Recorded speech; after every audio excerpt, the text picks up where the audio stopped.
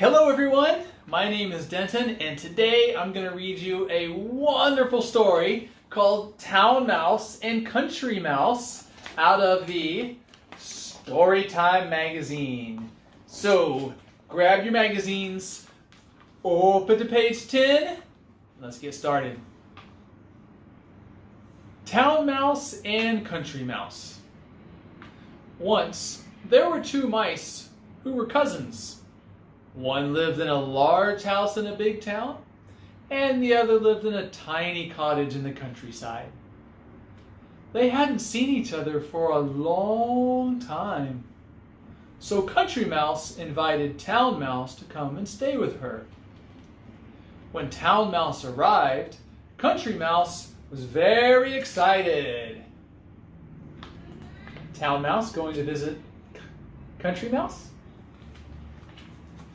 She had worked hard to make things as nice as possible for her cousin. She said, "You must be hungry after your long journey. I have been out in the fields this morning and I have gathered us a fine feast."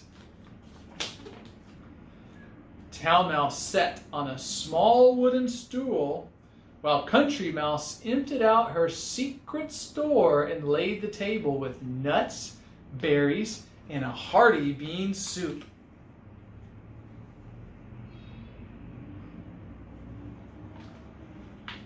"Oh!" exclaimed Town Mouse. "Is this what you eat in the countryside? I'm really not used to plain food like this. In town we dine on fancy dishes like pastries and cakes and other delights." Town Mouse's words made Country Mouse feel sad. Show me your sad face. But Town Mouse didn't notice. She looked around Country Mouse's small cottage, which was just one room with a bed in the corner. "In my house, there are many rooms and stairs that lead up to even more rooms," she said. "There is a grand dining room and a large kitchen with cupboards bursting with food. We can eat and drink whenever we like, and we never have to go out in the fields to gather it.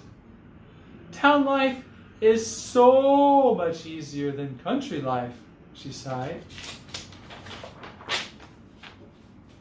Country Mouse showed Town Mouse the lovely fields of wildflowers around her cottage and took her to the pretty babbling brook. But all weekend, Town Mouse talked about how her life was so much more exciting in the big town.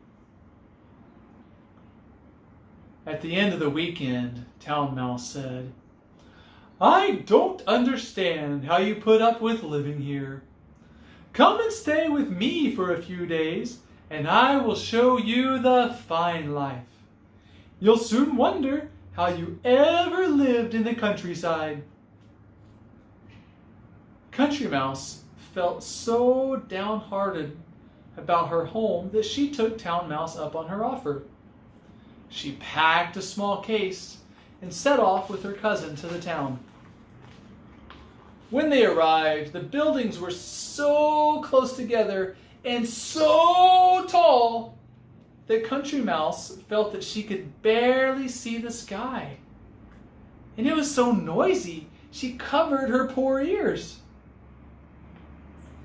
But when Town Mouse showed Country Mouse her house, she thought it was a splendid sight indeed.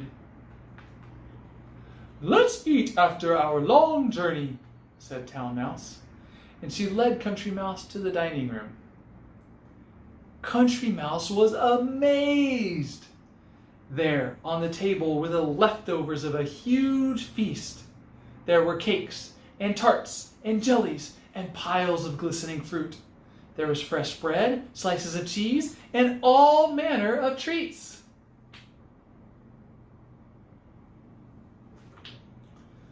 When they had eaten, Town Mouse led the way to the kitchen for a drink. But as soon as Country Mouse sipped some cool water, she heard a loud and terrifying meow behind her. What do you think it was?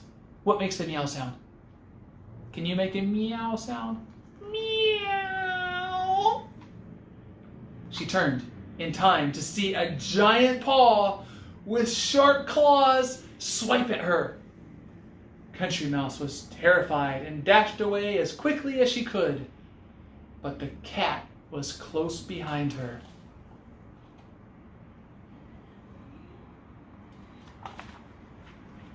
Country Mouse quickly leapt into a small hole and found Town Mouse hiding there too.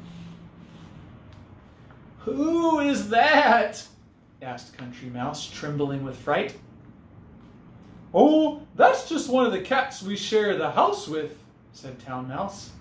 "It's okay, as long as you can run very quickly and dodge their sharp claws." At that, Country Mouse grabbed her case and scurried to the front door. "Goodbye, cousin," said Country Mouse. "I would rather live in a simple country life in peace than a life of feasts and fear." And Country Mouse set off for home in her little cottage in the countryside.